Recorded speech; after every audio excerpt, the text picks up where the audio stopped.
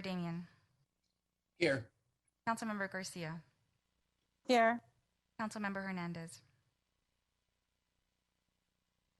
He's absent.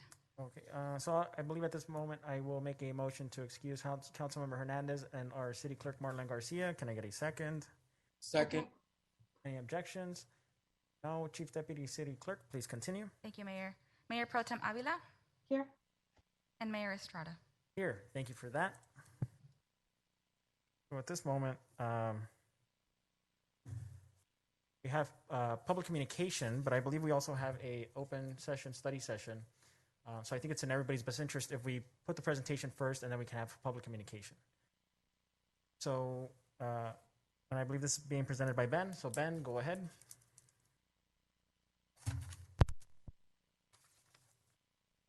Good evening, Mayor, City Council members, and the public. Thank you very much for attending the meeting. Tonight we're going to have a presentation regarding street vending, also sidewalk vending. And we put together a presentation. We have guests here tonight that I'll introduce shortly.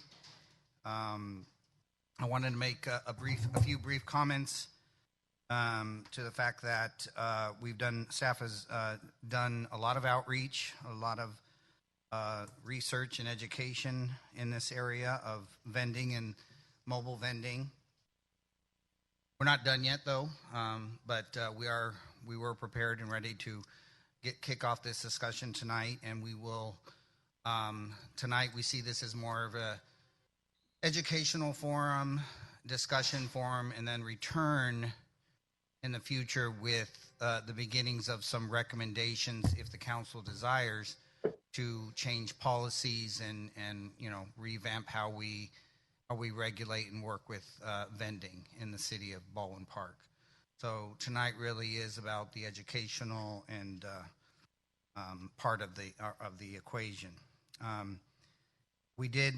Staff did conduct outreach. We met with vendors, both driving around the city and looking for them and speaking with them right then and there. We also had a meeting last week with about 20 vendors right here at the fountain outside of this building. So there was a good amount of interest, and we really appreciate the vendors and heeding our call to come meet with us and express their concerns. Tonight, we also have Kareem Satita from Kareem Carts in Los Angeles, and we also went to his facility to talk about, he's a leader in this industry of mobile vending, and we learned about his private business and his role in the last 40 years working in this industry. He definitely plays an important role. So we invited, and we thank him for coming tonight to share his story and his words with us. And we also have the County Department of Public Health, Swati Bhatt and James Dragon here from the Environmental Services Division. They regulate this industry. So thank you very much for coming. We'll hear a presentation from them as well. And we also have Curtis Wright, who is on our on-call list of legal services here at the City of Baldwin Park. And Silver and Wright LLP is a leading firm in this area, and he has reviewed the state law and our local ordinance, vending ordinance, and he's prepared some comments. So if there are no questions or comments at this time, I'd like to ask Curtis Wright to kick us off, and we'll go to the third slide in the presentation, please, in the PowerPoint. Thank you.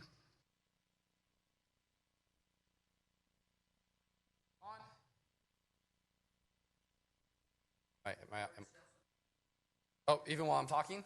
Yeah. Okay. It's on now. If you tap it, sir. You guys got me now? Yeah, I hear. Okay. All right, well, thank you, Ben, thank you, Council, for taking this opportunity to speak with me. So yes, as Ben indicated, I am a nuisance abatement prosecutor for cities and counties throughout the state. I work with Baldwin Park to help you guys with some of your nuisance enforcement Mainly, it's going to be associated with dangerous properties. But one thing that a lot of my clients are dealing with right now is, since 2018, is SB 946 and the sidewalk vending aspect of street vending. And so Ben, asked me to come here to speak to you today about some of the generals about what's in your code and what the state law mandates. Baldwin Park had an existing street vending ordinance in place already before SB 946 was passed. And so SB 946 basically mandated that you had to start allowing sidewalk vending. Baldwin Park did modify its municipal code to address the requirements of SB 946, and it embedded that with its street vending ordinance, right? And so even though it's for the sidewalk and for pedestrian paths, it's inside of your street vending ordinance. You kind of have a twofold approach to this. Based upon SB 946, you do have to allow sidewalk vending. There is no requirement for the street vending aspect of it. So Baldwin Park has kind of an interesting ordinance right now. You've passed the after the state mandated the sidewalk vending go in place, every jurisdiction needed to pass some sort of regulations because the state mandated that you had to allow certain things, but it wasn't like a comprehensive, detailed structure of regulations that protected necessarily all the health, safety, and welfare and implications of introducing sidewalk vending. So every jurisdiction had to kind of go through really quick and try to pass an ordinance to address any health, safety, and welfare concerns that might be associated with sidewalk vending. In most circumstances, cities adopted ordinances that were relatively restrictive, right? Because this is a new thing that's being introduced. We're not sure exactly what the effects are going to be. And so, like most jurisdictions, Baldwin Park introduced an ordinance that complies with SB 946, but it is otherwise relatively restrictive. I kind of put a little list here for you guys, kind of talking about some of the requirements that go into your program. So one of the things that Baldwin Park needs to consider, and a lot of other jurisdictions are also considering, is are they going to try to relax these standards in some ways to facilitate more lawful sidewalk vending? The majority of the sidewalk vending that's still occurring in the state is still unlawful. It's not in compliance with SB 946 or the local ordinances. And so one of the things that Baldwin Park's going to have to decide is whether or not it wants to try to enforce the standard as is, right, which is going to limit how many people that are going to be able to lawfully operate as sidewalk vendors, or whether or not it's going to try to selectively loosen its restrictions, perhaps adopt, instead of some of the prohibitions it has, adopt other ordinances that are designed to prevent the negative consequences from a health, safety, and welfare standpoint, but at the same time facilitate the activity. And so, if you take a look at this, you'll kind of see, based on what I'm talking about how limited it'll be for people to be able to operate in this area. You've got limited spaces that they're allowed to operate in. There's a lot of requirements that go into it.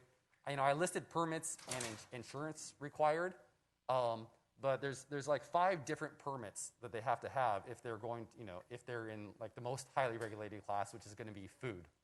Merchandise doesn't require as many permits and training and handling, but if you're your street tacos, your taco vendors, there's 5 different permits they have to get, and it's not all just from the city; it's from the county as well. And so those can be it's space prohibitive, it's location prohibitive, it's cost prohibitive, and so as of right now, you're seeing the majority of your operations being unlawful because a lot of these individuals just don't have the ability to come into compliance, right? And so that's one of the things for the council's consideration. Also, the council, even though the city is not required to allow street vending, the city does have a street vending ordinance. And so I kind of put a few points on that one there. But I think, and I don't know how the statistics on this, but it does seem probably like most of your truck, your food trucks are probably going to have a hard time complying with the ordinance as well. While you guys are allowing it, it is fairly restrictive. And so I guess one of the things that's going to be coming out of this, and my role in this whole thing, will be if the council wants to go in a different direction with this, my job will be to assist you with coming up with an ordinance that will effectuate your objective, while at the same time making sure that we keep all the health, safety, and welfare concerns in mind, so that we're supporting the activity the council wants to support, but at the same time preventing the negative externalities that can come from this. Does the council have any questions for me? So, I guess one of the biggest things that we're talking about how how there's artificial barriers all the way coming up from all the way from the state, right? So it's legal in a way, but in a way it's really not, right? It's just kind of an illusion because there's so many barriers or hurdles to get to for where you can get that permit. And so I think that's one of our concerns, right? How do we sit here and enforce an ordinance, that we know is just not feasible to comply with? And I think that's one of our main concerns. I don't know if this is the right question for you or somebody else, but one of the questions I've been asking is, how do cottage permits come into play? You can get here in this LA County, you can get a cottage permit, make food at home, selectively, and then you can sell it. So, is there a possibility of putting that into place so that we can facilitate this process for some of these vendors? Yeah, it's an interesting question. There's been cottage permits for a while, but also in 2018, the same time as the sidewalk vending SB 946 came out, was the micro enterprise home kitchen. And that might have actually predated sidewalk vending by a year or two. And so you do have, which is kind of the same concept as this cottage concept, which is that you can basically prepare and sell food out of your home kitchen, and a relaxation of those standards. And those would be separate programs. The cottage program, the micro enterprise home kitchen, the sidewalk vending, the street vending, they're all kind of separate programs. Now, whether or not food can be prepared in those locations that can then be used for sidewalk vending is different than necessarily selling it out of the home.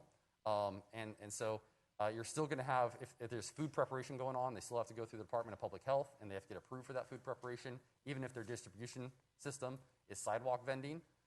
So there is a way for those to interplay with each other, but as far as the actual distribution goes, some of the idea with the sidewalk vending is that they want like the hot, freshly prepared food as opposed to the pre-prepared food, and that's really where we run into a lot of the obstacles, right?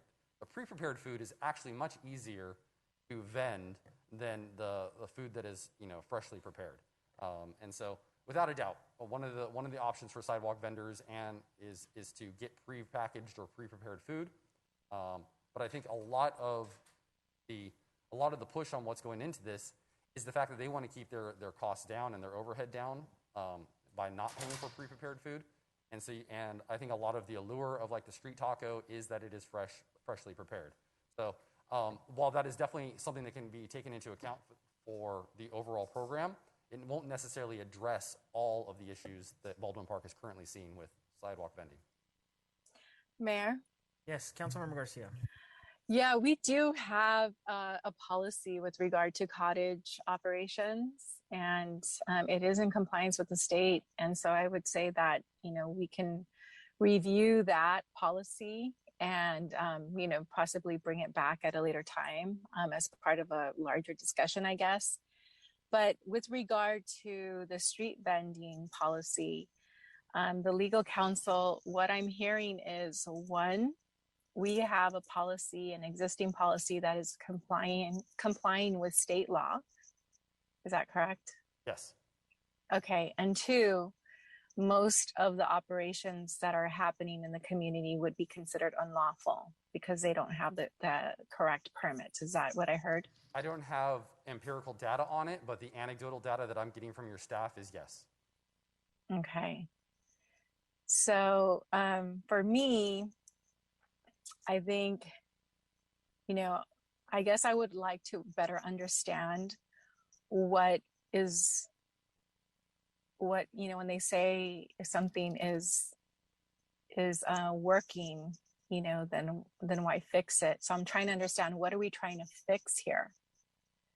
And, kind of keep that as the focus. What are we trying to fix? Because it sounds like we're already in compliance with state law. So what are we trying to do here? I'm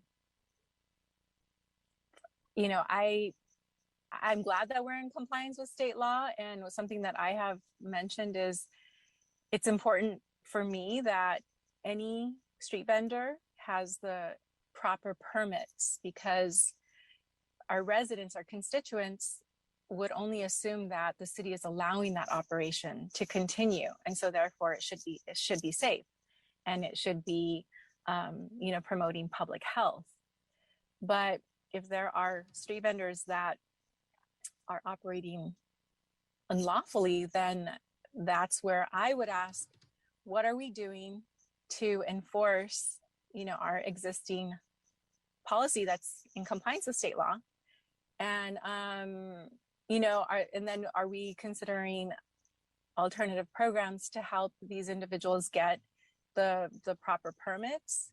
Or are we going to limit, I think what I heard earlier, are we going to limit the number of permits that the city issues? So I think those are some of the questions. What are we trying to fix here? What are we trying to accomplish? So that's kind of my overall question. Yeah, because I think it's important to regulate. I think it's important to regulate, make sure that we're not allowing, operations to exist that don't have the proper permits or that are operating unlawfully.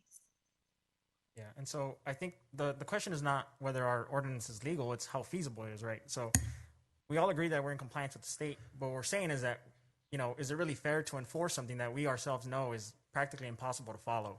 And so I've kind of done my homework. I've compared some of our ordinances, which I have up here, and I'll mention them as we kind of start giving direction. But I've compared our ordinance to cities like Ontario and Los Angeles, and it seems that ours is even much more stringent.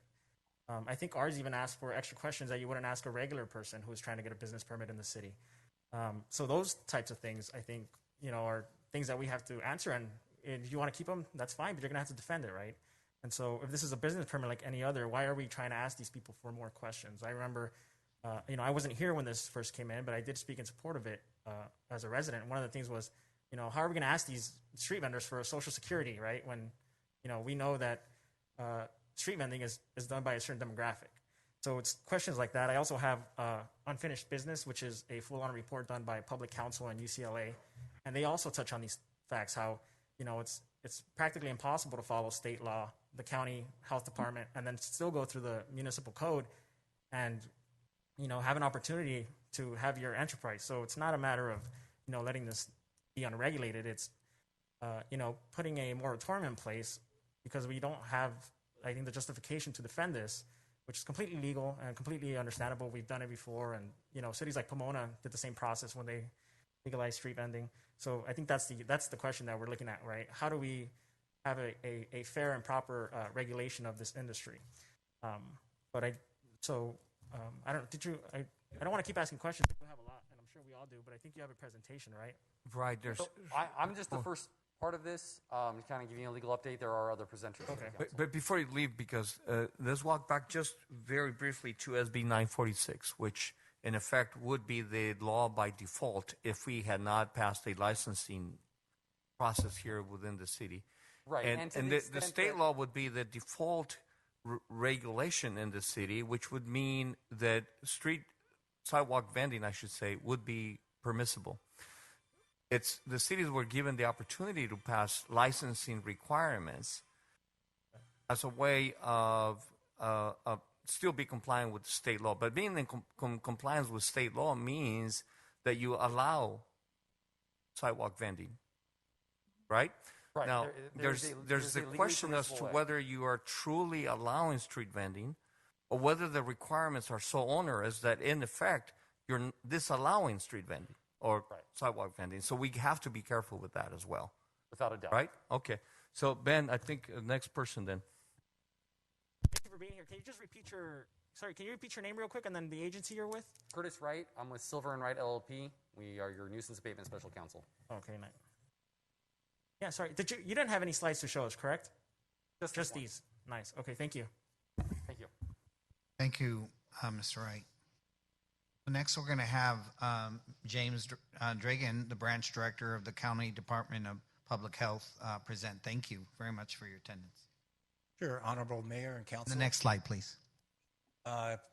Very thankful to Community Development for inviting us to this discussion. It's happening all over the state in California, so glad to be here. So Public Health's mission is to protect public health. That's our number one goal. With regard to food businesses, we do that in a couple of ways. We have certain concerns that we look at based on state law for food facilities. So to keep the food safe, how we approach that is for mobile food vending specifically, we look at our regulated mobile food businesses. Those are the catering trucks, the carts that have permits, and we do regular inspections to ensure that they're compliant with California state law. With regard to the sidewalk food vending operations that are not permitted, we respond to complaints and work with the local jurisdictions in response to those complaints to try to, and we also pass out information on, outreach information on how vendors can get a permit. And we do recognize that it is an onerous process for someone who's not familiar with the industry standards and how to build a cart. I just wanted to mention as a side note, a couple of things were brought up with cottage food and the micro enterprise home kitchens. Those discussions, cottage food is allowable under state law. There are certain food items that the state specifies you can make, and these are food items that don't require refrigeration to keep it safe. They're what we call non-potentially hazardous foods. Micro enterprise home kitchens is also in state law. However, at this time, LA County has not opted in on that, and that discussion is still ongoing. So I just wanted to mention that because I heard it mentioned earlier. From a standpoint of public health, the SB 946, it applies to all vendors, whether you sell clothing, electronics, or food. And a good percentage of vendors are selling food, and that's where we have a concern with the public health permit. So our process, the California Retail Food Code does allow food to be sold either at a fixed location, a mobile food conveyance, or from a community event. So focusing just on carts, for a cart to get a permit, the vendor or the builder of the cart would submit a plan to us. We would review that plan and ensure that it meets state code. And it depends on what the vendor is selling. The design of the cart and requirements by state law are completely menu driven. So if you're just selling a prepackaged product, that cart's very minimal requirements. If you have limited food preparation on that cart, the requirements are quite a bit more. And the majority of our carts are pretty large carts that are usually pulled by a vehicle of some kind. So we review that plan. Once that plan is approved, we find that it meets the state law. We provide that plan back to the vendor, and then we allow them, they go ahead and build the cart. And once that cart is built, we do a final inspection. If everything works out per plan, we issue a permit to that cart. And at that point, it's permitted, and then we do our routine inspections after that. One of the requirements for carts is that they have an association with a commissary. That's for them to bring that cart to for cleaning, sanitation, draining the waste tank and filling the water tank with potable, clean water, food storage, and if they do some food prep, if they do that at the commissary, those kind of things they're required to report to a commissary. Another important note on carts is that when they're out operating, they are required to, if they're at one location for more than an hour, they are required to have access within 200 travel distance feet to a restroom, an approved restroom. On the slide, I wanted to bring up community events. This is an option that might be available to vendors who currently set up on the sidewalk through like a pop-up restaurant. And just to make a note, the pop-up style restaurant, under state law, we are not allowed to permit something like that. It's not permittable under state law. It would be through a cart, a fixed location, or a mobile, or a community event. And a community event might be a good option, an event that is approved by the city where you can have food vendors operating. There are restrictions. However, you would need a sponsor to sponsor that event, and the sponsor would ensure that there's restrooms available, trash services, if they need utensil washing, that's available. And then each food vendor that wants to participate in that event, they would submit an application for that event as well, and they would have a booth set up with their cooking equipment, and there's requirements for the booth, but it's very similar to what you might see on a sidewalk setup. However, it would be enclosed with screening or some kind of temporary booth setup. So that I wanted to bring it up as an option under state law that's allowed to operate 25 days out of any 90-day period. Inspections and issuance of permits.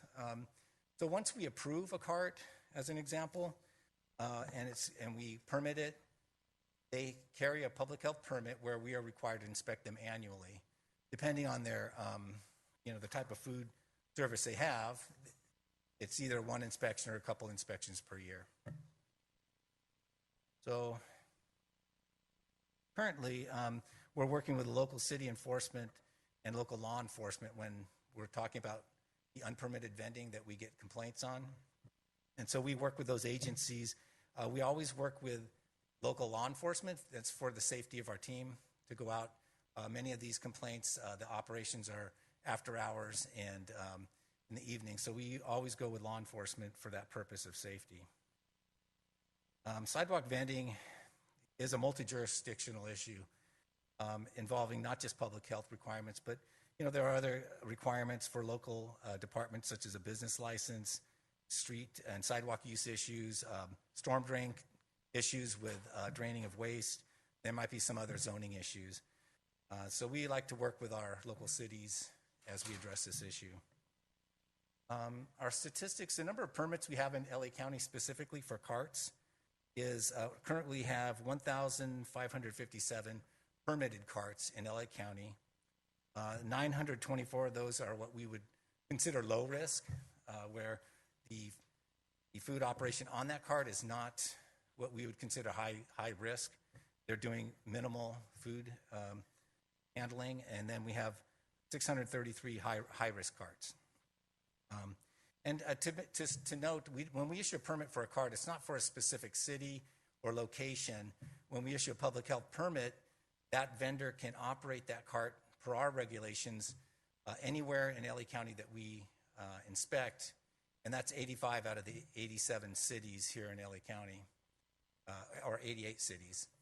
There's only Long Beach, Vernon, and Pasadena who have their own public health departments. And the question comes up about foodborne illness complaints, and we do receive them for all types of businesses. And if I'm looking at our data, in 2020, we received 37 foodborne illness complaints. We received 34 in 2020. So far in 2021, we received 37 foodborne illness complaints. And please let me know if you have any questions or.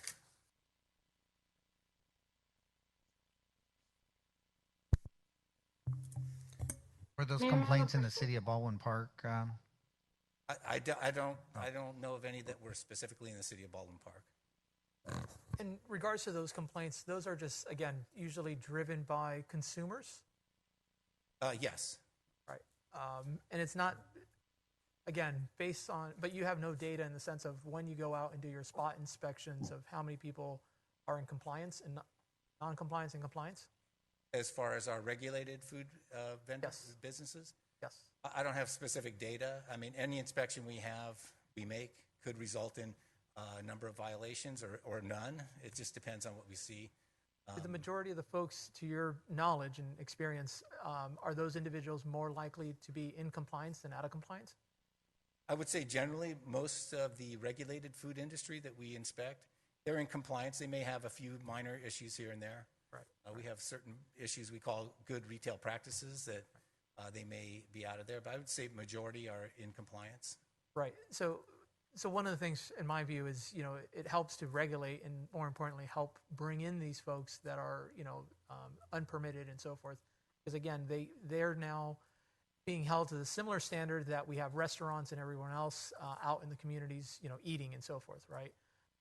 So I mean, I understand the economic factors and so forth, and I think there's ways of helping and mitigating folks that are currently unlawful, as it was stated by the previous speaker. But really, for me, it's a health issue, right? Not only is it a health issue, but also a Blythe issue. And so we can certainly address both of those issues, I think, in a compassionate way that also allows for individuals to be, micro entrepreneurs, right? And that's really what we're trying to do. Because again, it's not fair, I think, regardless of our position, that we don't, apply the laws. Now, there are circumstances in which, if somebody chooses not to go get a TIN number, right? Because to someone to say that they can't get provide a social security number, if that's our process, then we have to change that process to allow, individuals to get a TIN number and or put supportive, a supportive structure that gives them the best, roadmap to success, right? Obviously, you guys have worked with the city of Los Angeles, and that was a very, very big issue there. And so far, as I understand it, it's generally working for the city. And we see that in various aspects. In highly populated Latino communities, South LA, East LA, Boyle Heights, Mid Wilshire areas, and so forth. So there is a solution, right, in which they've been able to bring about change in regulations and compliance for some folks. Now, I'll be perfectly honest, I don't think everyone's going to want to follow that, because that means it's more money out of their pockets or whatever the case may be. But those are folks that, if they don't try, they don't want to do, then guess what? They shouldn't be in this business whatsoever. And because, if they're not willing to try to be part of the solution, and we're providing, and we remove the barriers as we move forward, right? I think there are some barriers, but if we remove those barriers moving forward, then those absolutely should not be, allowed in our city for the various public safety and quality of life issues that come along with that. So thank you for your presentation. Thank you. Happy to for this issue. Oh, before you leave, so Baldwin Park is a 7 square mile city, right? So we're not the smallest, but we're not the biggest either. So in a city like ours, there is no commissary. So what happens in that instance? Well, the commissaries, in other words, vendors who vend here in Baldwin Park don't have to report to a commissary within Baldwin Park. They can report to other commissaries. But we don't have that requirement that has to be specifically in this city. There might be one in Irwindale, I believe. I'm not sure if it's for food vendors. I think there's one in City of Industry for sure, and I know that there's a lot of the ice cream trucks parked there. But Right. the walking distance, right? So it'd be a matter of them having to figure out how they're going to transport that vehicle back and forth. Correct. And the commissary, they have to have a commissary that can support their type of business. Okay. And then, the next question, so I see, the fees for the mobile food facility permits can range from anywhere from like $300 to $1,000, depending on For what the they're selling. permit? Yeah, right? Correct, yes. That's for the annual permit for depending on what type of a cart or mobile food facility it is. And then is there any other fees that they have to pay to the county? Well, if it's a brand new business that's going through our plan check, yes, there's a plan check fee for us to review their plans and approve those plans. And I believe currently that's $746. So do you know on average what one person would be spending on just at the county, just at the health department? Well, for approval and eventual permit, depending on which kind of cart they end up with, it would be $746 for the plan check review, and then the annual permit would be anywhere from the mid 300s up to, I believe, if it's a catering vehicle, it may be as high as $900 if it's a catering truck. Okay. Thank you. And, okay, great. Thank you. I don't know if this might be a question for you or maybe for Mr. Wright, but are we able to limit how many street vending permits the city gives out? That might be a question for Mr. Wright. Yeah, no worries. Thank you.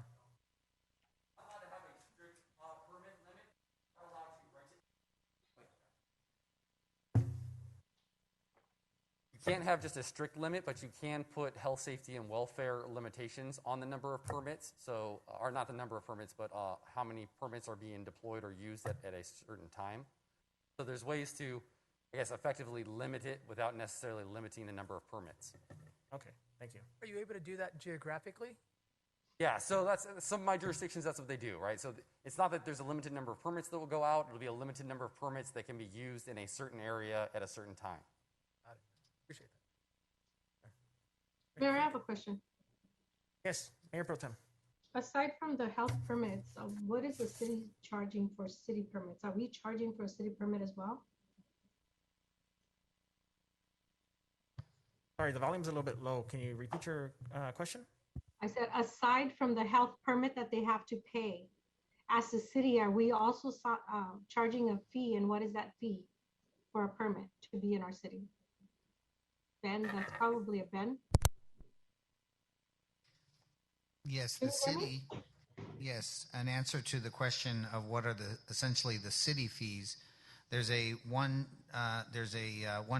encroachment permit that's required for $175. A business license is required, which is $136 with an annual renewal fee of $71. It's not a fee, but liability insurance is required, and we're looking to see what that generally costs, so we understand that. There are also some other requirements. They must have a California seller's permit number, which I don't think there's a cost to get that, but obviously that's the vehicle to pay tax to the state. And I think that's required by the county as well. Completion of a food handler course, and then we just need general information about, the business and what they're selling and so forth. But those are the fees. So those are quite a lot of fees. Just to get the health permit alone, that's a lot of money. And then on top of that, we have our city permits, and then you have the courses that they need to take. Do they have to pay for that as well? The question was a question for the commissary? The food handler's permit. The food handling course they have to take. Do they pay for that? No. Can you hear me? It's required under California Retail Food Code for food handlers to have this certificate. It's not provided locally by LA County, but it's a test. There's a lot of online private companies that offer that course. I don't know for sure, but I think the amount I heard, $30, is probably accurate for a food handler card. A food manager safety certificate probably is a little bit more than that. Okay, thank you.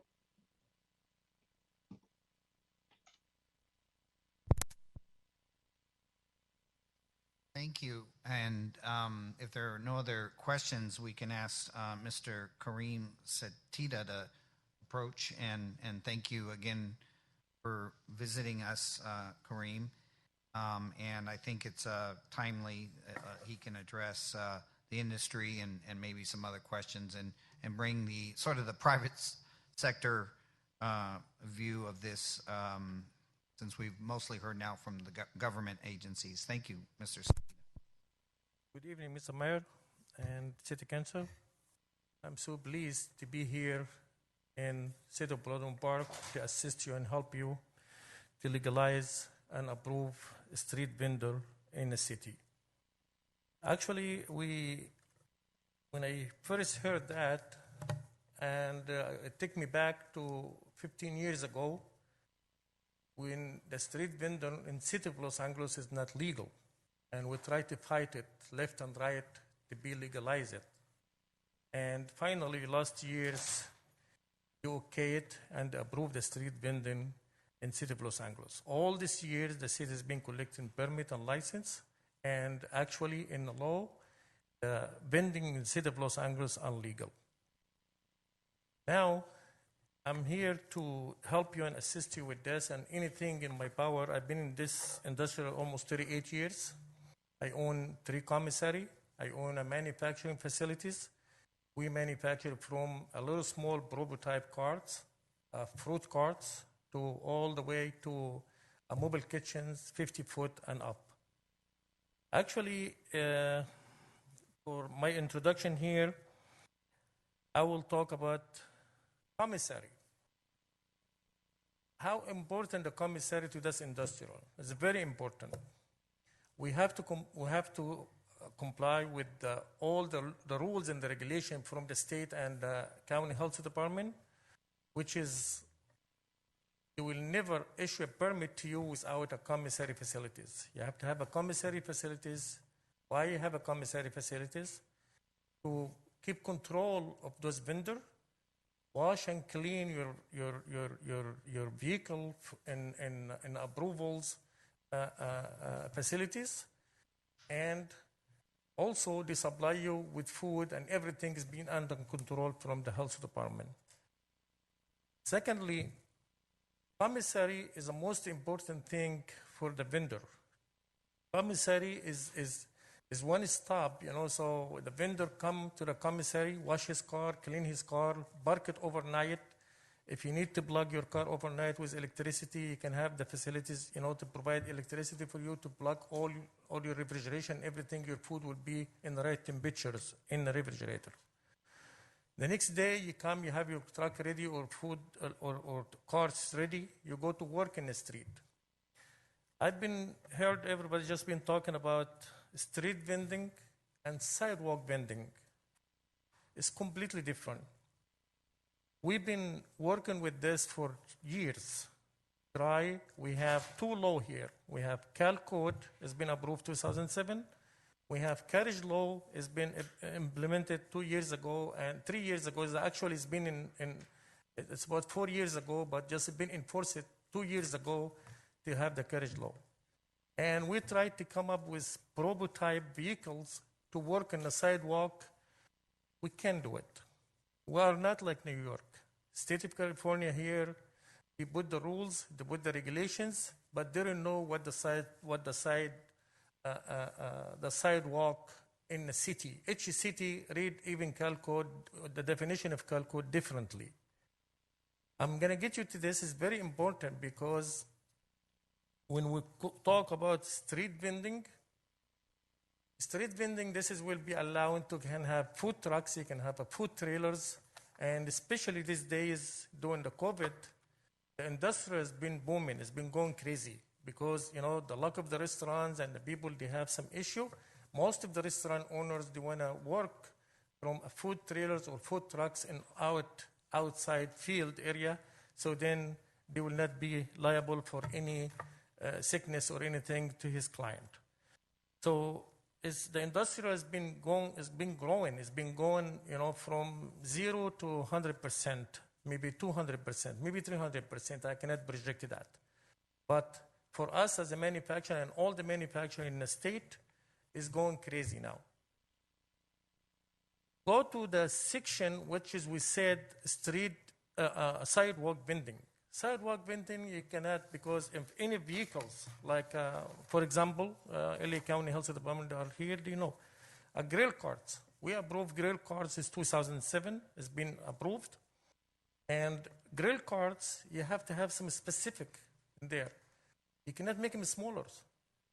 At least it has to be 10 feet by 5.5 feet. Plus, in Cal Code, they tell you, okay, so we don't want to dirty the sidewalk, so let's make a floor mat, so then the operator can work on the top of that floor mat. You will not dirty the street or the sidewalk with the grease and all the stuff, the food residue what they have in there. It wouldn't be happening, for public safety, and so many regulations to have these vehicles with all this equipment in the sidewalk. So very difficult to approve it in the sidewalk. We try to work it so many times. It wouldn't happen. Maybe in the near future, the state will compromise this and will come up with a small prototype like New York, like City of Vancouver, City of Toronto, Canada, and all the stuff. So I've been visiting all this city to get some idea exactly what they have and how they do it and how they're running in there. Here, in County of Los Angeles, they're working so hard to fight illegal vendor. Illegal vendor is a big issue. For example, a person spent all his saving, all his money, to get in a vehicle or get in a truck or get in a trailers and to working, and they have 3, 4, 5, 6 of them illegal vendor are surrender his business, taking his business. One, that person, he spent all his life saving all his life in there. He pay permit, he pay city license, he pay insurance. He comply with all the regulation, whatever they ask him for, he comply with it. And somebody else come in illegal and they do vending illegal, and they take his business away. Also, this is how we're going to do it. We come up with the solutions to fight illegal street vendor with the sweep program through LA County. But it's those people is the mafia. They're doing it after hours, and the minute the sweep program left, and they come back and doing it over and over, and then they've been watching all over the places, and you cannot fight them. You cannot even control them.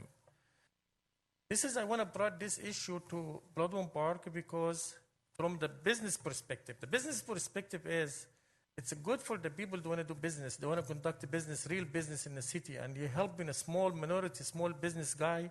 He come in, he collect all this money all his life, and he want to start a small business from a little small cars like this.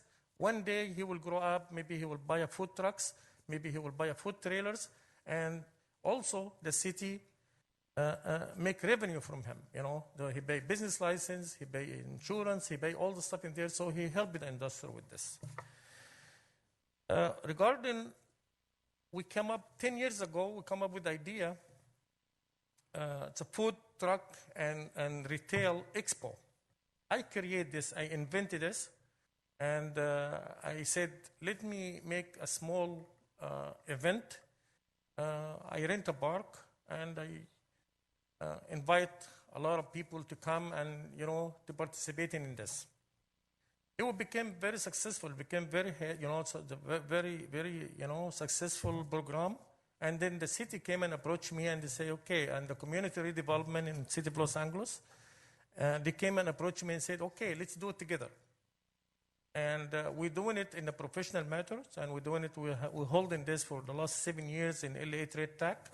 Attending, it's a lot of people attending. And then for the last 3 years, we've been doing seminars, teaching the vendor how to vend, and we bring in all agency for them. How you start a food vending in the city of Los Angeles, how you start, you get financing, how you get health department, how you get business license, how you get suppliers, and we put this together to help the industrial to move to the right track. Because instead for us to fight them and keep, bring the stick and keep punching them all the time, no, we try to educate them and to have him to do the business in the right way. And it became very, very successful program. Kareem, is this a handout that came from you? This one that has the samples of the types of cards? I have a brochures here. I can handle it to you, but just, this is coming from our facilities, yes. Mr. CEO, that handout staff created, several of those pictures you see in that are Kareem's carts. If he could give us an idea of the price of each one's. Okay, the price of all these vehicles is variously. Fruit carts start from $2,500. You can be in business with the fruit carts. Add to that cost, $2,500 to manufacture small fruit carts. One plan check from the health department, from LA County Health Department, $746. Okay. Second, a permit you operate from County of Los Angeles, when they issue the permit for you, it's about almost variously about $800. And then you go to the city and you get a business license. So it's variously from $130 all the way to $400. So we're talking about approximately about $5,000 to be in business with the small fruit carts. Secondly, you go with the steaming hot dog carts. Before CalCode, we used to have about 20, 30 different design of hot dog carts. Now with the regulation and the restriction, because they're asking us everything in the unit, it has to be NSF certified. So it has to have refrigerators, commercial refrigerators, commercial steam tables, commercial water heaters, and all this is, it put the cost a little bit higher. So we're down to one cost for a steaming hot dog cart start from $9,000 to $15,000. Food truck variously, just based on the size and based on the vehicle and based on the year of the vehicle, start from $50,000 all the way to $100,000. Food trailers start from $35,000 all the way to $60,000, $70,000, based on the size, based on the equipment, based on what type of food you're going to serve from there. It's a little bit different. Churros carts started from $3,000 all the way to $7,000. And we have also a different, call it grill carts. Grill carts, which is, this is a very popular and very convenient to everybody here because most of the population is Latinos. And everybody likes to grill bacon hot dogs. Now they're doing it from a small grill because they're doing it illegally. But LA County and the state approved Cal Code to doing it from a vehicle. Even carriage law, so carriage law, they give you a lot of capability to do it with non-potential hazard food. You sell it, but you have to serve it from approval source. Approval source, this is mean approval vehicle, permitted from LA County, and you can cook the food in your home and you can take it there and you just serve it, but with regulation and restrictions. Now, prices for this variously. It depends what do you serve, what do you have. They have tons of different type of food to be served. Now is if you want to look food trucks in LA, just look at the line. Food trucks in LA. You're seeing in each location about 60, 70 trucks, and all of it different, various food. It's all gourmet food. The whole industry changed. A while ago, they used to have those, what you call it, rocho trucks, which is the food has been served to you and you don't know what's inside it there. You cannot see anything. You just see the plate is coming out to you. Now, everything is being cooked in the front of you with a protection glass, so then you can see everything. Could we talk afterwards about the expo that you mentioned, the expo that you sponsor in LA? Can we talk about that afterwards? Ben, were we going to have one of the vendors speak? We're running out of time. Yes, thank you. And thank you, Kareem. Thank you. Thank you. We have more time. We'll have more time in the future, and we really appreciate. Yes, we did invite street vendors to come tonight. Si gusten, si eres alguien que vende, tiene negocio y vende comida aquí o fruta, comida aquí en Baldwin Park, nos encantaría que vengan aquí a platicar con nosotros, con el alcalde y los regidores. Por favor, habla de sus preocupaciones o sus necesidades. Gracias. Vamos a empezar con ella y luego usted sigue. Gracias. Hello. Buenas noches. Soy Edith. No sé si you guys want me to speak in English or Spanish for the vendors. English is better. Okay. So, my name is Edith, and I'm a street vendor here in the city of Baldwin Park with my mother. She's sitting right there. We sell churros, funnel cakes, deep fried Oreos, deep fried bananas, and we got invited to this meeting about the food vendors, and there is, everything sounds nice and so simple and easy, and I wish it was like that, but reality is that as far as for my mom and I, we're really starting from nothing. So basically, all of those prices and all of those fees, we really can't meet those fees yet, So that's the reason why we're doing it illegally on the street, because eventually we do want to do it the right way, If we had the means and the money available, we would definitely purchase a truck. As far as for what we sell, it's not that expensive because I've already looked into it. It's about we're looking to $35,000 to $40,000 with all the permits required and everything. But like I said, we don't meet that money yet, It's during this pandemic, time has been a little bit difficult for us as far as money-wise, because my mom got laid off of work, so we were thinking we got to do something to bring the money in, So we decided to do the street vending. We saw a lot of vendors out on the streets doing it, so we decided to take advantage of the situation. That's the truth. But like I said, we don't meet that amount of money. So what I was here for was to basically ask, if there's any way that you guys can maybe help us out, maybe provide like a street where we can, legally do it with your guys' permit. If I'm willing to pay anything like a fee that is, in our budget that we're able to afford to help out the city, because we do live in the city. I grew up here. I went to high school here.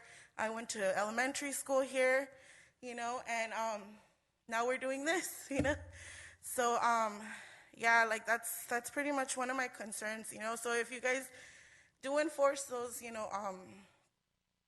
the city to go out and kick us out, we're basically left with nothing.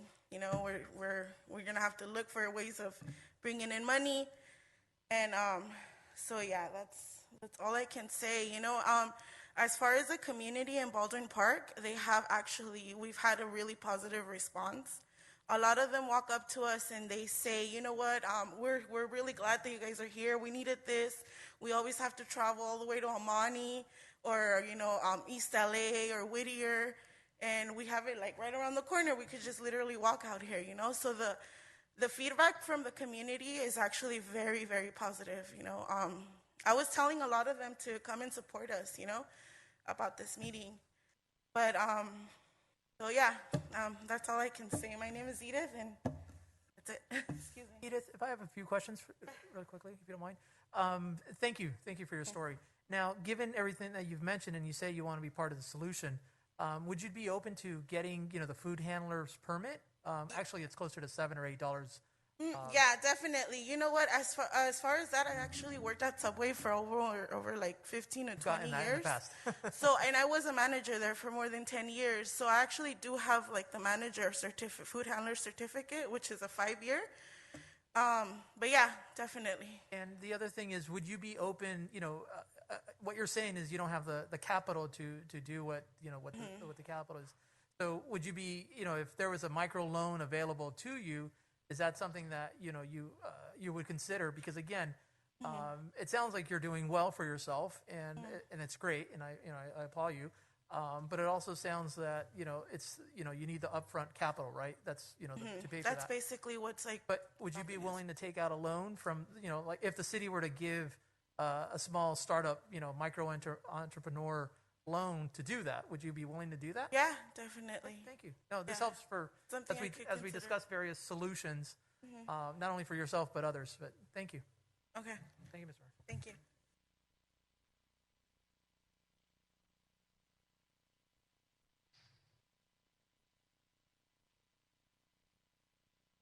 Buenas tardes a todos. Mi nombre es Baldwin Cervantes Parada y yo venía a hablar por mi experiencia propia y por mí.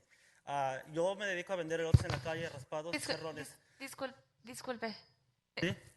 Voy a llamar al intérprete. Ok. Un momentito, por favor.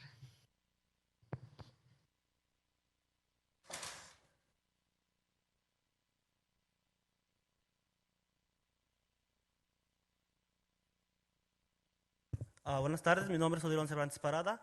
Me dedico a vender elotes en la calle, raspados, chicharrones y todo ese tipo de productos. Y pues todo suena muy bien y quieren ayudar a la comunidad de vendedores ambulantes, pero pues por mi experiencia propia, los clientes compran porque uno llega a su casa. Uno anda caminando, escuchando carritos y anda llegando de casa en casa. Es por eso que el cliente nos compra. Si ustedes me pararían en una esquina o una calle, el cliente no va a ir y mi negocio no da para eso. En sí, mi experiencia propia, no creo que pueda yo seguir continuando con este tipo de trabajo. Señor, perdón, vamos a permitir que traduce. Okay. Perdón, gracias. Odilon Cervantes.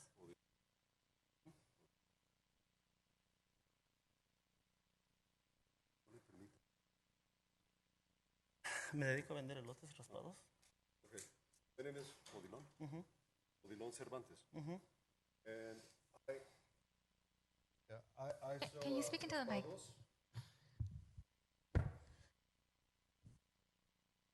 Raspados, elotes, chicharrones. Raspados, which are snow cones, pork rinds, corn on the cob. Los clientes compran porque pues en sí uno llega a su casa. And the customers will buy because, well, one gets home.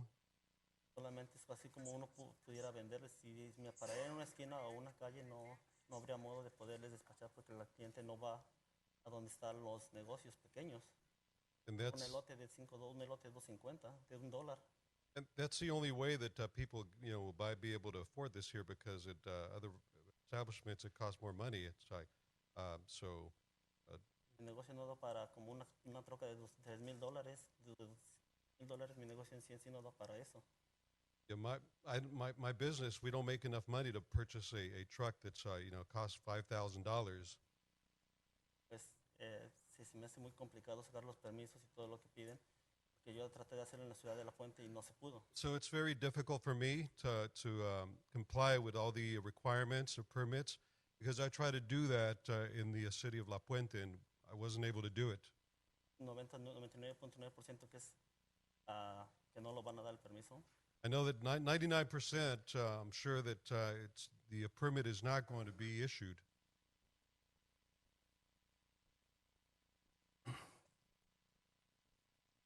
Y pues yo más quisiera seguir trabajando, pero si no se puede, tendría que buscar la otra forma de seguir ingresando dinero para mi hogar. And so I could find another way to earn money, but if and maybe get that permit, but if not, that I would have to find another way to earn money to support my family. Y pues si me paran en una esquina o me lo requieren que esté yo en cierto lugar, el customer no va a llegar, el cliente no va a llegar. So if they stop me, at a corner or something, then the customer is not going to come to buy from me.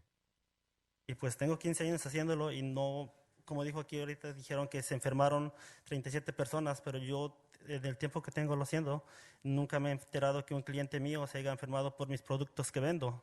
Yeah, so, I've been doing this for 15 years, and you've talked about 60-some people that complained about getting food poison, but no one has ever complained since the time that I've been in business selling.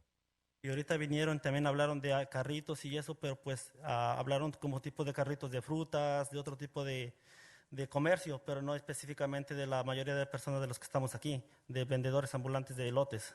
Yeah, so you talked about some of the different carts, food vending carts, but not of the type of the vending that I do, which is to sell corn on the cob. Eso es todo. Eso es todo. And that's all. Gracias, muy amables. Thank you so much.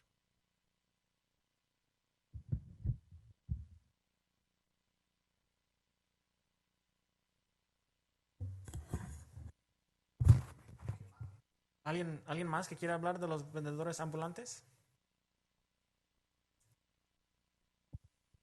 If not, so at this moment, I'll open up public communication. Chief Deputy City Clerk. Yes, thank you, Mayor. We have one speaker who signed up by the name of Thomas Carey.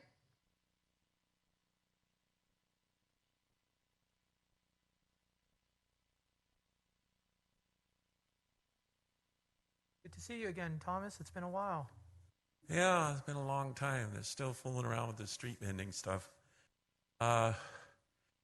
If you want to save money, you should go to work somewhere and save money for carts or anything else. How many jobs are available in this country? 1 million jobs at least. All these openings all over the place. Some places are paying $18 an hour. You're supposed to save up to work towards something. Seems people want everything given to them. These health inspectors cost the county a lot of money. A lot of these street vendors and stuff show up after hours. I come from San Bernardino. It's a big problem over there. And they're not just little carts. They're big, elaborate things that take over a whole corner, or they're on somebody's property in the middle of the night illegally. And there's liability issues there, as there would be with propane tanks. That's why there's permits for those things. You know how dangerous a propane tank can be if it ignites. Talk about shrapnel. There's reasons there's permits and stuff. If you keep watering stuff down and watering our laws down here, we're going to be overrun with everything. So they're letting those people flood across that border over there. They're going to be doing these things too. Now, the health department says they're only there until a certain time, that the police are going to enforce it after hours. The police are busy with emergencies. They answer emergency calls first. The street vending's the least of their concerns. That's the way it is with the police. They have to answer emergency calls. Unless somebody's being murdered at the food thing, it's not happening. They're not going to go there because they don't have time. We all know that. I don't know who's BSing who here with this, but the county inspectors, they need to be working in the evening hours. Can't believe they'd all only work during the day. Why can't they work from 3 to midnight when these illegal vendors are out there? Why do they have to work daytime only? It just sounds to me like, oh, it's just a whitewash, the same old thing. They're going to say they're going to do something, but really, when it comes right down to it, nothing's going to be done. You threaten them with fines. They don't have any money to pay it. So how are you going to make them pay? It's the same with everything, especially here in California. They watered everything down, and it's like, who are they kidding? It doesn't matter what the ticket is for. They don't pay it, and they have no recourse, and everybody knows it. I don't know if there's a time limit, but... Yes, your time is up. Thank you. Oh, I got it. Okay. It's 3 minutes. Okay. Yeah, okay.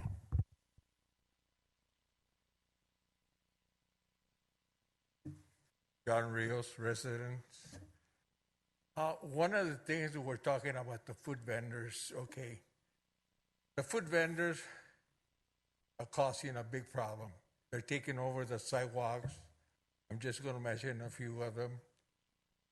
The one next to IHOP in front of McDonald's, next to Jack in the Box, Subway, and everything.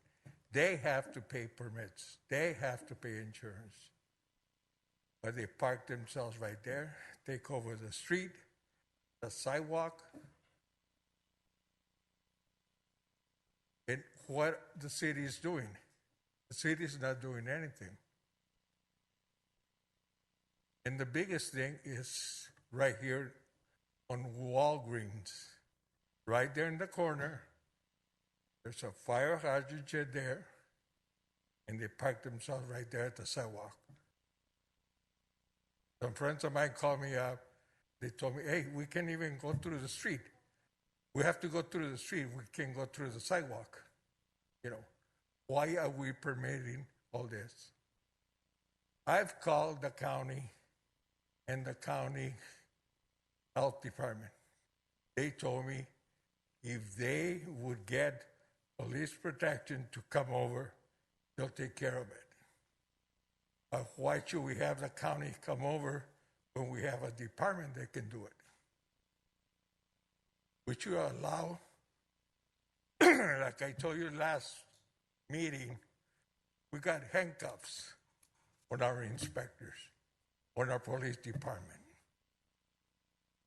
The Walgreens taquero that's right there, I called the police department. They didn't do anything. They're right there. If there's a fire right there, how is the fire department going to go to it? Read the rules from the county and the city. You have to be a certain amount of space between the hydrogen, the bus stops, the schools, and everything. But we got them all over. I've called the county, and that's what they told me. If we go in there, we need police department protection. And they are willing to come in. You know, I reported maybe 20 food vendors and taqueros in the past month. And that's what they told me. If the police department can give us protection, we'll go in there. Thank you.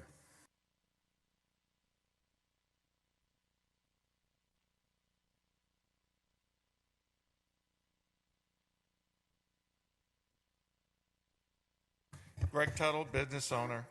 I want to, first of all, state a fact that the county guy that was here today is clueless.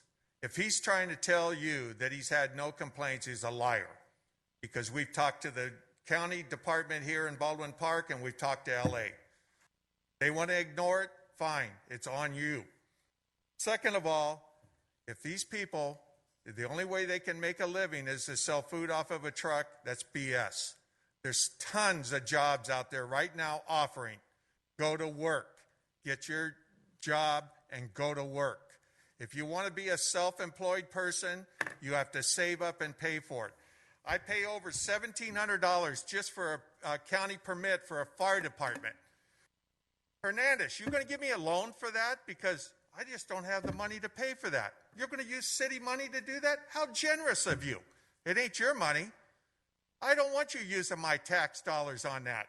Now, you go in here, these vendors are illegal. Ron Garcia brings in this poor me stuff. There's no poor me. Tell me, what money do you make on these vendors? Not a dime. The guy up here says, oh, well, you get money on the insurance, you get money on the permits. Really? That's it? My business comes in here, you got sales tax, you got permits that we come in and do. Now, you want to cater to these people because I can't do anything else but sell food on the street and block the sidewalks that handicapped people can't go down with wheelchair. We widened Main Street so we could make wheelchairs go down it. And now they want to block it. You guys have three things that have to happen. You got to have a city license, health permit, and proof of insurance. It's a no-brainer. Enforce the law that we have here now. I don't even know why we're wasting all staff time on this. It's written. It's there. Enforce it. This stuff allowing these people to come in, if you enforce it, they'll just move to another city. Fine. Let somebody else handle it. But don't put it on us. And you've got all these restaurants paying for all the health permits and all the other stuff. And now you're going to let a guy cook food on the street?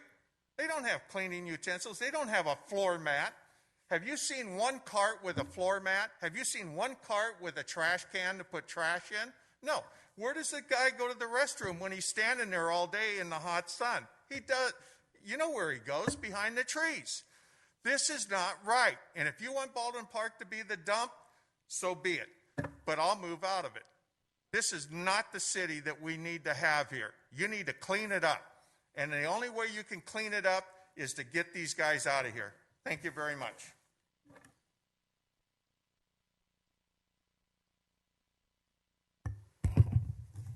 Okay. Is there anybody else looking to speak? If not, at this moment, I will close public communication. Oh, go ahead. Okay, my name is Evo. From Missions, working in the business for almost 40 years in Baldwin Park. I'm agree with those guys. You have to make those people require license to work, selling, they sell. Okay, but you have to have a healthy places where they have to go to the bathroom, have insurance, everything. If we pay too many taxes on properties, even today I received my property envelope for $10,000 a year, a lot of money. You have to put inspectors to check around and court enforcement because there's a lot of people working on the street, mechanics. We are losing customers too. We have to pay our tax too. Okay, and you have to enforce this law because for us it's very hard to make money. And tax is too expensive. Okay, and then they say it's okay. We have to check around who's the people who working around selling lots, whatever, without permits. There's propane tanks. It's dangerous. The cover of the propane tanks blow. It's dangerous. The umbrella, half of the umbrella, there's a lot of wind. Half of the umbrella goes away. They kill somebody. Okay, and be careful when you say something, Bob, because you say something I just not agree with that. Then there's going to be more and more coming to the city. It is getting worse and worse. We're not cleaning the city. We are getting worse, more dirty. My street, in my business where I work, it's getting worse. A lot of graffiti, too many homeless. I never see that you are doing something for us to clean the city. You have to do something because the city is getting ugly and ugly, too much trash. Okay? That's all I can say. Thank you. Thank you. Anybody else? If not, I will move to close public communication. So, thank you, Ben, for having this information, and thank you for everybody coming out. I know that this is obviously a long discussion, but I think we're moving towards something that's possible. So I think we keep getting this question asked. So I don't think the council itself is not looking to give a freebie, and I reiterated that many, many times that, there's so many barriers in this thing that you have to ask yourself if we really are allowing this as state law wanted to, instead of creating all these artificial barriers. That's my concern. There is, I've spoken to a lot of residents, and a lot of residents do like the street vending, and you have to wonder why. And I think, for one, yes, it's a sign of the pandemic. There's a sign that people need work. On the other side, it's a sign that Baldwin Park is a food desert. Where do you go? You go Jack in the Box, Starbucks, Raising Cane's, The Habit. You got all these fast food joints in the city. We don't have any real places to go and eat quality food, something that's good, something that tastes well. I've seen some of the BPPD officers eating, and they're fine with it. They're still out there. There's a big support for this. And so it's not a matter of just saying, well, we're following state law. That should never be the bare minimum as when we move towards ordinances. There should be long discussion, and we should be able to make things work. With e-commerce, with the hit of e-commerce and with the pandemic, everything moved to e-commerce in a faster pace than we thought it was. So you're looking at empty real estate everywhere. There is no demand for these places anymore because nobody's shopping at brick and mortar. So if people are coming out of their houses, they want an experience. And I think, the street vending proves that. People want to spend money, but they want to spend it in a way that they enjoy it. So yes, we can regulate it. We can ban street vending in certain locations, food vending in certain locations, and we can open up certain areas to do so, and we can meet a healthy line where everybody is at play, right? And that's, I think it would be beneficial if we keep working with Mr. Wright, who has experience all around the county, with this issue, so that we can have something that's reasonable, right? At the end of the day, how do we enforce something that we ourselves don't understand? Right? That's the point of policy, and that's the point of discussion. Can we really sit here and try to push something on people that we know is not feasible? But there is a lot of stuff that we can do. I have read through multiple ordinances, including Los Angeles and Ontario, and I think that we can have something comprehensible, and we can continue to work with the health department to figure out how we can make it so that these people can get these permits and move forward from there. So, Mayor. Yes, Councilmember Garcia. Thank you. Yeah, so it goes back to my question that I asked earlier, and that is, what are we trying to accomplish here? And I have received complaints from the community that there are too many street vendors. And I just had a conversation with the business owner about a week ago who was expressing something very similar to what I think it was Mr. Satino mentioned, and that is, we have businesses that go through the proper channels, and it's all in the name of regulation. And he was talking about, specific equipment that's required to receive or obtain a county permit, and there are reasons why those are in place. So I do have compassion for those in our community, such as the young woman that got up to speak. And so what I would say as far as this conversation and identifying solutions, where I go immediately is, we do need to regulate this activity based on state, county, and city laws. That's, I think, first and foremost. But then there is an opportunity for us to create maybe a couple of channels. One, to explore how we, there was a gentleman that spoke who is a street vendor. He talked about the raspados and the corn that he sells house to house. And he said that the permit process has been difficult. And so it leads me to this other solution, and that is perhaps the city considers a process to help, the application process, to help these applicants going through that process. And then the third would be, I think what Councilmember Hernandez mentioned is to explore the possibility of grants or loans, perhaps from external sources, or, I don't know if we have the resources here at the city. But I'm just trying to get to what is the problem and what are the solutions. And I don't think that we have exactly identified the problem. I think that by not enforcing, it's creating a problem. And that's why constituents have come to me and complained on the issue. So I think immediately we do need to go back to what are the laws, and we need to enforce those laws. But we can also explore the opportunities to assist applicants through the process so that they have the support, and maybe we make it specific to Baldwin Park residents, because what we're seeing right now is no enforcement and people coming in from different places, and our constituents are not happy about that. So I just want to start getting to identifying the problem and then identifying the solutions, and happy to work with our consultants, but let's start moving this along a little bit so that we can, we're not just going in circles talking about philosophy of the issue.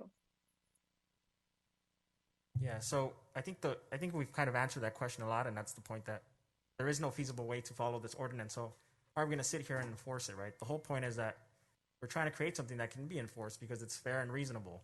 So to say that we're just going to stop that and go and enforce something that we have been told multiple times since day one that is not feasible, I think it's, I think it's I just don't think I think it's a disservice on our part. We have two very well educated people on this topic, and they themselves have agreed that this is not a feasible or easy ordinance to pass, and I think that it's also, personally, I hear a lot of support. I hear a lot of support for street vending, and I know that we talk to different people. I know that certain individuals have politicized, not you guys, but other individuals have politicized this, for personal gain. So there's also that. But other than that, the majority of the city, if these people didn't have support or money or dollars coming to them, they wouldn't be here the next day, and that's something to consider. So personally, I don't feel comfortable enforcing something that doesn't make any sense. So, Mayor, then what I would ask as we identify the problem is what in the existing ordinance is not feasible. Because I think that it was in place and we were enforcing it up until late last year, maybe early this year. So let's really break it down to what is not feasible in that ordinance and start identifying solutions. For those community members that do support street vending, sidewalk vending in our community, I think that we have allowed that, again, based on county and state laws, and we're trying to be in compliance. But I don't think we're trying to eliminate, this activity. I think we're just trying to regulate this activity. And so this way, it gives our residents greater assurance that if they go to any of these vendors, that they have the correct permits that the city has allowed and has approved, that they are there. So I don't think that it goes against people who support street vendors or sidewalk vendors in our city. I think we're just trying to create regulation around it. Yeah, and maybe Mr. Wright, that's something that you can help us. How does what are some of the factors in our ordinance that make it, increasingly difficult to reach that point of receiving that permit? Well, there's a couple aspects to it, Mayor. There's the aspect of whether or not it's financially feasible, and then it's the aspect of, is there an sufficiently advantageous opportunity for them to capitalize on the investment they make, right? So on the front end, all the fees, all the training, all the costs, are those insurmountable? and we can address that as one issue. The next issue is going to be, are there sufficient opportunities where they can capitalize on that investment they make to get into the activity? And so right now, because there's not a lot of enforcement going on, the issue is more about the barriers to entry. But even if we get past the barriers to entry, the next question is going to be, if we're actually going to talk about lawful activity, there's a lot of regulations and prohibitions in there that aren't currently being enforced that are also going to be a barrier to lawfully engaging in this opportunity. And so it's going to be a twofold approach between identifying the barriers to entry and seeing if we want to compromise on those, and then looking at all of the prohibitions and regulations and seeing if we want to relax the standards there so that they can both afford to get into it and they have sufficient opportunity to capitalize on it. And Mayor? Yes, Councilmember Garcia.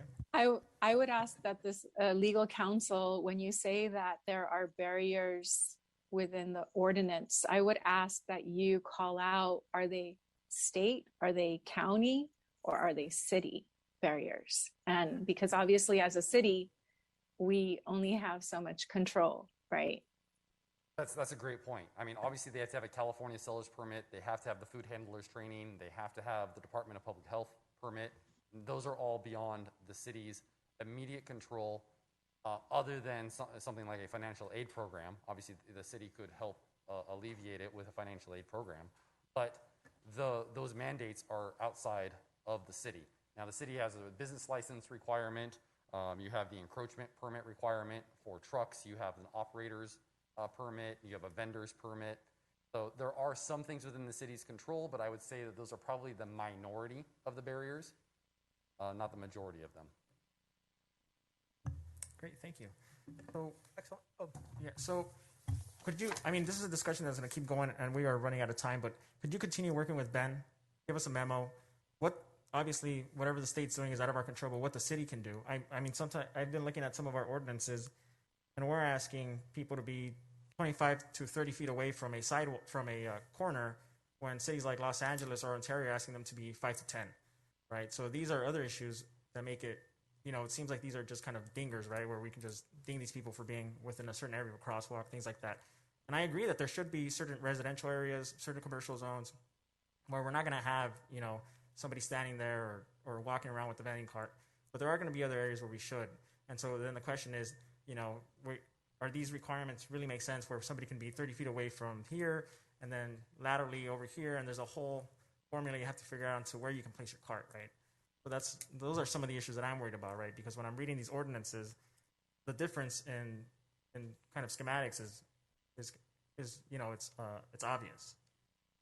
Yeah, Mayor, I don't have a map of it, but I assume that if you took a map of the city and you put your little circle around each of these protected locations and the exclusion zones that go with them, it would result in a very limited area between ADA rules, your curb rule, your exclusion zones around schools, exclusive vending agreements in parks, bike paths, bus stops, fire hydrants, special events, intersections, driveways. You've got exclusion zones around all of those. And when you take all of those into account, that's a lot of points throughout the city, and there's an exclusion zone around each of those points. And so that's definitely, I don't know what that results in right now. That would actually, be probably a little staff intensive to figure out what that is, but definitely one of the things you need to consider is if you're going to lower the barriers to entry, if the intent of the city is to support the activity and allow it to operate lawfully, you're not going to have to just look at the barriers to entry. You're also going to have to look at where they're going to be allowed to operate and whether or not those places conform with your existing ordinance. Excellent. Mr. Mayor, if I may.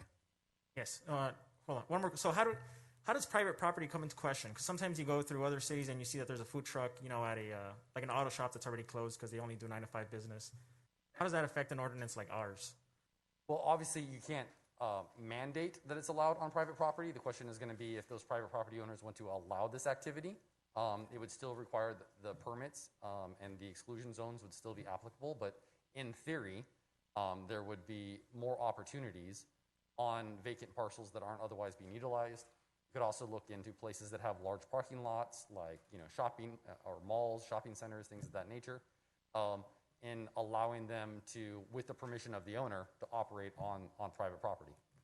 Thank you. Go ahead, Councilmember Hernandez. Thank you.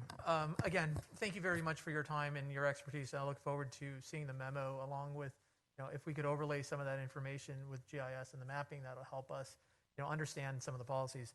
I think first and foremost, as all of us have spoken, there's not much that we can do at the state and the county at this moment necessarily. So we need to truly just focus on what the city can do at this time, right? Because that's the immediate change that we can.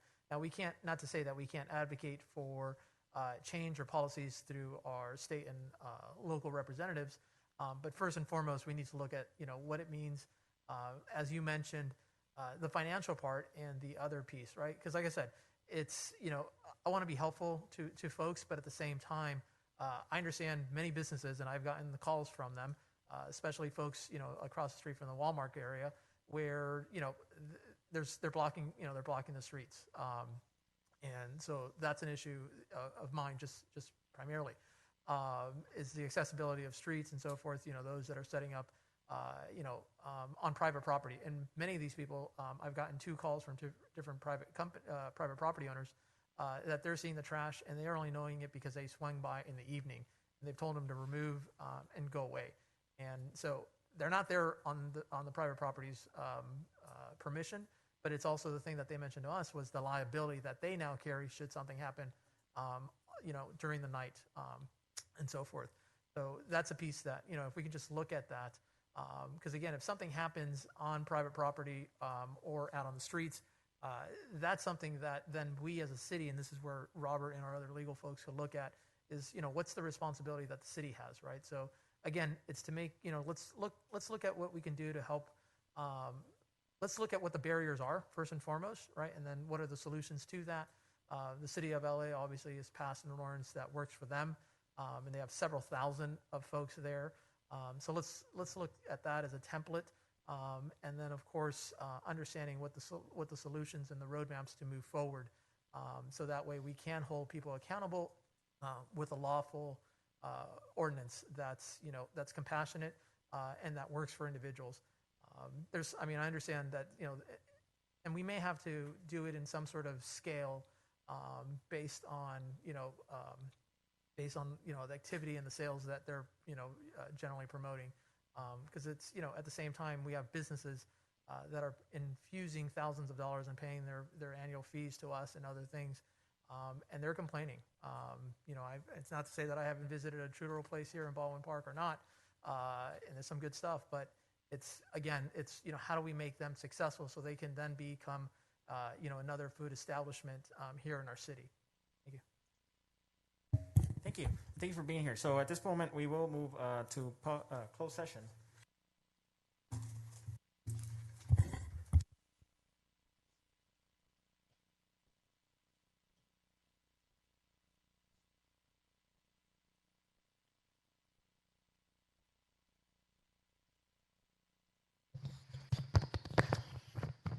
Thank you so much, everybody.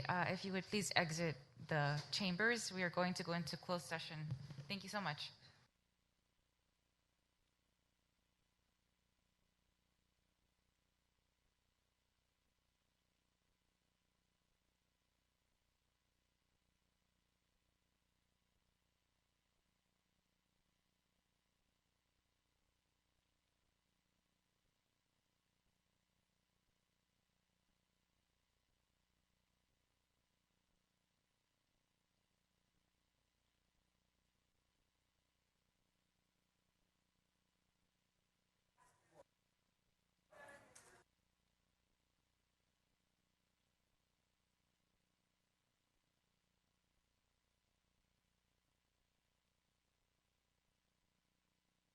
Monica and Alejandra. Alejandra too. All right. They should be getting on.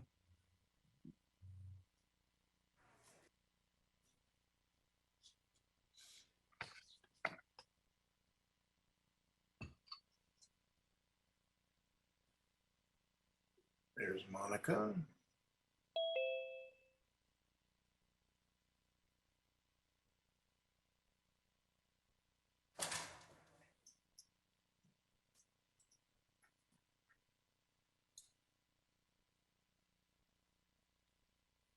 Alejandra. Okay. Danny, I'm going to make you host. Okay, I'll let her in. There she is.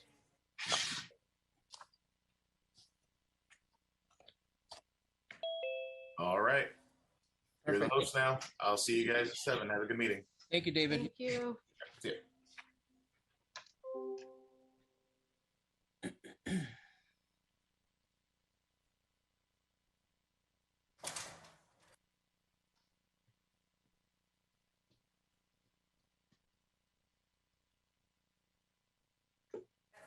It's cold, right?